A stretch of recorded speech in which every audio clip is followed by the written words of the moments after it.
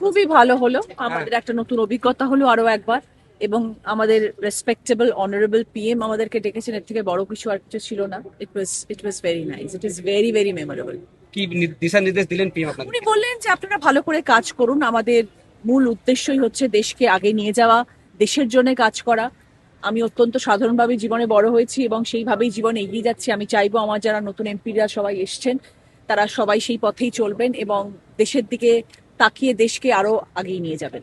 আমাদের prime minister সবার সঙ্গে খুব ভালোভাবে কথা বলেছেন এবং প্রত্যেকের সঙ্গে গল্প করেছেন চায়ের জায়গায় বসে, এবং প্রত্যেককে বলেছে যে আপনাদের কন্ট্রিবিউশন চাই এবং আপনারা আপনাদের যে উন্নয়নের কথা ভাবছেন কিভাবে করছেন, তাতে আমাদের সব এমপিরাই ছিল এবং নাড্ডাজি ছিল, নীতিন নবীনজি ছিল।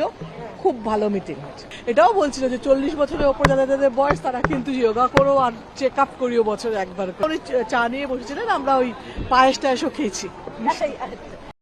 আজকে তো প্রাইম মিনিস্টার আমাদের এমপিদের সঙ্গে খুব সুসম্পর্কভাবে ভালো বললেন এবং ভালো ডিসকাশন হলো।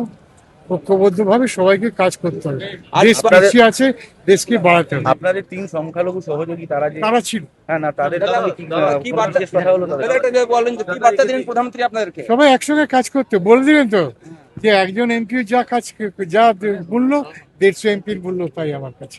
বারবারই বলেছেন যে একটা খুব উৎসাহব্যঞ্জক কথা বলেছেন, 40 বছর অতিক্রম করলেই all should take care of their health. কজন যোগা করে এর মধ্যে হাত তুলতে বলেছে। সুতরাং he was in a very jovial mood. आध घंटा पीएम कहा कौन कौन योगा करता है हाथ उठाओ, और 40 साल उम्र हो जाने के बाद जरूर एक बार बॉडी चेक जरूर कराना, और eastern region north eastern region को डेवलपमेंट के बारे में बहुत कुछ कहा।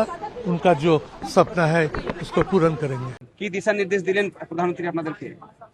আমরা সবাই এনডিএ পরিবারের এক একজন সদস্য, এবং এনডিএ যাতে আগামী দিনে গোটা ভারতবর্ষ, বিশেষ করে পূর্ব ভারত, যে জায়গাগুলো এখনো আন্ডার ডেভেলপমেন্ট আছে, সেই জায়গাগুলোকে যাতে আরও তাড়াতাড়ি ডেভেলপমেন্টের আওতায় নিয়ে আসা যায়, সেই জন্য সবাই মিলে ঐক্যবদ্ধ হয়ে লড়াইটা করতে হবে।